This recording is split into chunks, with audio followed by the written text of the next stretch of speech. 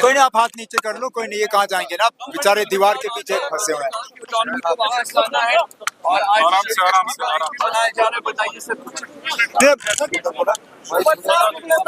Come that side. I won't be able to. यहाँ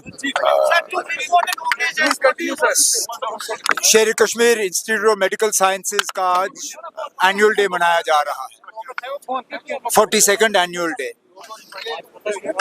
ये अस्पताल बना था इस मकसद से कि जम्मू कश्मीर के लोगों को इलाज हासिल करने के लिए पीजीआई, एम्स वगैरह जाने की ज़रूरत ना पड़े, और इस अस्पताल ने जम्मू कश्मीर के लोगों की बहुत खिदमत की है।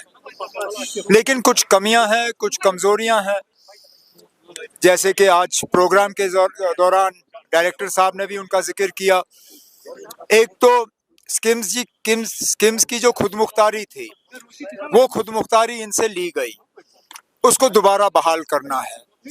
इनका अपना इंजीनियरिंग विंग था, उसको वापस बहाल करना है।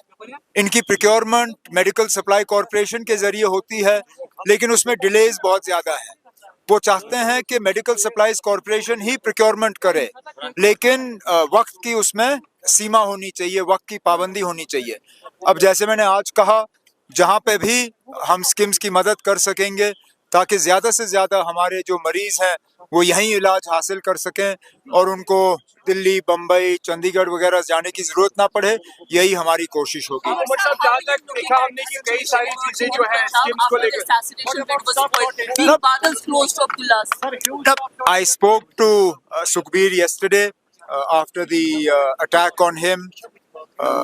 I expressed obviously our gratefulness to Almighty that he survived that attack. We spoke about the situation. Obviously, some of the things that he shared with me are not for public consumption, but it's a matter of concern. If in daylight hours, a former deputy chief minister, a Z plus category protectee, can be attacked like this, obviously this needs to be looked at. Why is this? How did this happen? And to ensure that it doesn't happen in the future, because let's not forget, not long ago, Punjab went through a very difficult phase in the 80s and early 90s. And God forbid we see something like that again. So as we have seen this holiday especially जो कि अब नहीं है, शेख साहब की क्या कोई नहीं, फिर होगा ना, फिर होगा। कई सारे और भी डेट्स हैं जो सर मालूम है, कई सारे और भी डेट्स हैं, लेकिन अब हमें बड़ी लड़ाई लड़नी है।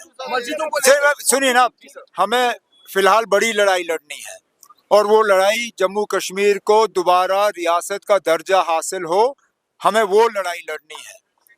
हम उम्मीद करते हैं कि वज़ीर आज़म साहब ने जो जम्मू कश्मीर के लोगों के साथ वादा किया, हमारे साथ नहीं, जम्मू कश्मीर के आवाम के साथ, पार्लियामेंट इलेक्शन के दौरान और उसके बाद असेंबली इलेक्शन के दौरान, इन दोनों इंतखाबात में जम्मू कश्मीर के लोगों ने बढ़ चढ़ के हिस्सा लिया।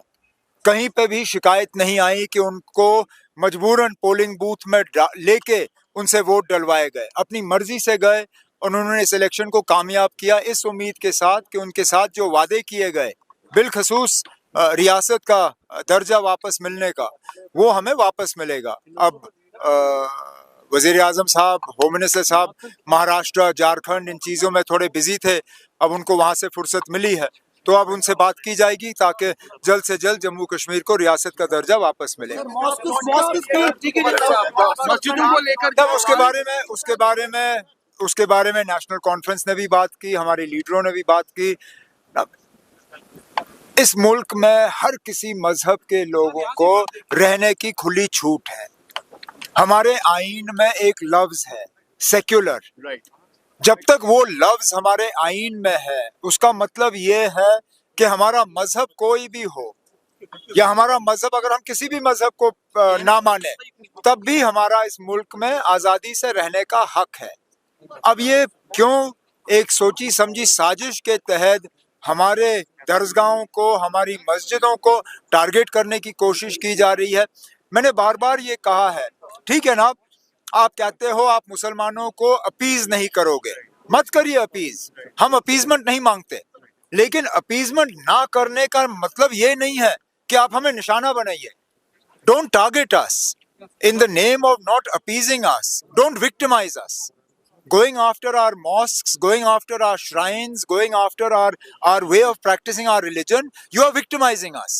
And this is not the India that Jammu and Kashmir was a part of. This is not the India our founding fathers envisaged. This is not the India that has the word secular in its constitution. جب تک ہے اس کو secular رکھیے, اگر نہیں رکھنا ہے تو چلیے نا, آپ پارلیمنٹ سے اگر اس کو نکال سکتے ہیں نکالیے, پھر کیا ہے. Thank you very much, sir. بہت بہت شکریہ.